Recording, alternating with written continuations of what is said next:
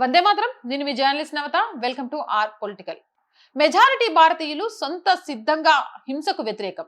వారు హింసకు నేరుగా దిగలేరు, అలాగే హింసను అడ్డుకునే ధైర్యము చేయరు. హింసతో బతకడం అలవాటు చేసుకుంటారు తప్ప వెంటనే తిరగబడరు. మరి విసిగిస్తే ఒకేసారి మళ్ళీ కోలుకోలేని దెబ్బ కొడతారు. సరిగ్గా భారతీయుల ఈ మనస్తత్వాన్ని అర్థం చేసుకున్న కమ్యూనిస్టులు బెంగాల్లో అదే హింస ఆయుధంగా ఉపయోగించి కాంగ్రెస్ ని అధికారం నుండి దింపి తాము అధికారంలోకి వచ్చి అప్పటి నుండి క్యాడర్ ని, కార్మికుల యూనియన్స్ ని బలోపేతం చేసుకుంటూ పోలీసులను రాజకీయ కార్యకర్తల్లా మార్చి రాజకీయ ప్రత్యర్థులను బెదిరిస్తూ వారిపై హింసకు పాల్పడుతూ బెంగాల్ మొత్తం గుప్పెట్లో పెట్టుకుని 3 దశాబ్దాలకు పైగా పరిపాలించారు. మా చుట్టాలు చాలా మంది ఆ కాలంలో ఖరగ్పూర్, అసస్టోల్, దుర్గపూర్, హౌరాలో ఉండేవారు. ఇది ఒక అన్న రాసిన ఆర్టికల్. సిపిఎం క్యాడర్ ఓటర్ల ఇండ్లకు వెళ్లి మీరు ఓటు వేయడానికి పోలింగ్ బూత్లకు వెళ్ళకండి, వెళ్ళినా మీ ఓటు అప్పటికే ఎవరైనా వేసేసి ఉంటారు, ఒకవేళ మీరు గొడవ చేయదలిస్తే జరగబోయే పరిణామాలకు మాది బాధ్యత కాదని బెదిరించేవారట.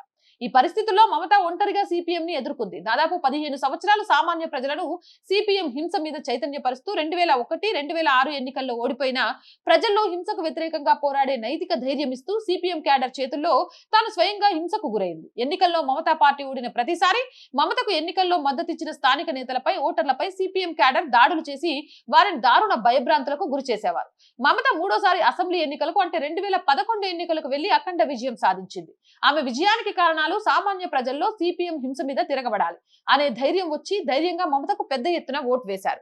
అవే సిపిఎం కి బెంగాల్లో చివరి ఎన్నికలు. అయితే దురదృష్టవశాత్తు ఏ సిపిఎం హింసకు వ్యతిరేకంగా మమత పోరాడిందో తమ పార్టీ క్యాడర్ కూడా అవలంబిస్తున్న అదే సిపిఎం తరహా గూండాగిరిని తన పార్టీలో పెరగకుండా అరికట్టలేకపోయింది.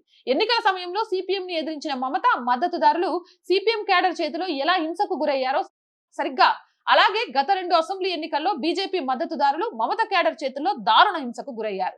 మమత అధికారంలోకి వచ్చినాక 2011 సమయానికి కేంద్రంలో మమత టీఎంసీ పార్టీ యూపీఏ కూటమిలో సభ్య పార్టీ. మమత కేంద్ర రైల్వే మంత్రి. ఈ ఎన్నికలు 2008లో బెంగాల్ నియోజకవర్గ పునర్విభజన తర్వాత జరిగిన మొదటి ఎన్నికలు. కేంద్ర ప్రధాన ఎన్నికల కమిషనర్ ఎస్వై కురేషి. మమతకు కేంద్ర ప్రభుత్వం మద్దతు ఉండడం వల్ల ఎన్నికలు సిపిఎం క్యాడర్ హింస లేకుండా జరిగే విధంగా ఈసీ చర్యలు తీసుకుంది. కేంద్ర భద్రతా దళాలను పూర్తిగా వినియోగించుకునే విధంగా ఈసీ ఎన్నికలను ఏకంగా 6 విడతలుగా అంటే ఏప్రిల్ 18 నుంచి మే 14 వరకు దాదాపు నెల రోజుల్లో 6 దఫాలుగా ఓటింగ్ నిర్వహించింది. బూత్ల వద్ద కేంద్ర భద్రతా దళాలను ఏర్పాటు చేసింది. మొదటిసారిగా వీడియో రికార్డింగ్, ప్రత్యేక పరిశీలనలు నియమించింది. సిపిఎం క్యాడర్ హింస తద్వారా రిగ్గింగ్ ని చాలా వరకు అదుపు చేసింది. దీనివల్ల సాధారణ ఓటర్లు ధైర్యం చేసి సిపిఎం కి వ్యతిరేకంగా భారీ ఎత్తున ఓటింగ్ లో పాల్గొన్నారు. ఆ ఎన్నికల్లో మమత, కాంగ్రెస్ కలిపి పోటీ చేస్తే 294 సీట్లకు మమతకు 184, కాంగ్రెస్ కి 42 కలిపి 294కి 226 సీట్లు గెలవగా సిపిఎం కూటమికి కేవలం 62 సీట్లు దక్కాయి. అంటే హింసా రాజకీయాల మీద తమని ఓటు వెయ్యనీయకుండా పదే పదే నిరోధిస్తూ ఉండడం వల్ల ప్రజల్లో సిపిఎం ప్రభుత్వం మీద ఎంత ప్రజా వ్యతిరేకత గూడు కట్టుకుందో అర్థం చేసుకోవచ్చు. సరిగ్గా ఈ 2026 ఎన్నికల్లో చూడండి, దాదాపు 2011 ఎన్నికల పరిస్థితి తలపిస్తోంది. అప్పట్లాగే కేంద్ర బలగాలు, సీసీటీవీ ఏర్పాట్లు, అప్పుడున్న టీఎంసీ పార్టీ స్థానంలో బీజేపీ ఉంటే అప్పటి సిపిఎం స్థానంలో నేటి టీఎంసీ ఉంది. ఇప్పుడు కూడా మమత మీద తీవ్ర ప్రజా వ్యతిరేకత ఉంది. ఇప్పటికీ అప్పటికి తేడా ఏంటంటే ముస్లిం ఓట్లు సిపిఎం నుంచి మమతకు ఎక్కువ శాతం బదిలీ అవడంతో ఎన్నికల ఫలితాల్లో మమత 2/3 వంతుల మెజారిటీ సాధించింది. అయితే ఈసారి మమత ప్రత్యర్థి బీజేపీ కాబట్టి ముస్లిం ఓట్లు ఎక్కువగా మమతకి మళ్లీ పడే అవకాశం ఉంది. అందువల్ల 2011లో మమతకు వచ్చినట్లు బీజేపీకి అన్ని సీట్లు వచ్చే అవకాశం లేదు. కానీ ప్రజల్లో మమత మీద వ్యతిరేకత ఎక్కువగా ఉంటే బీజేపీ 160 నుంచి 175 సీట్లు గెలుచుకోగలదు.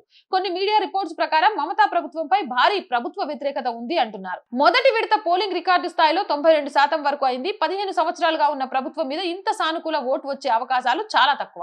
ఇక ప్రభుత్వ వ్యతిరేక ఓటింగ్ భారీగా జరిగిందని కొందరు విశ్లేషకులు అభిప్రాయపడుతున్నారు.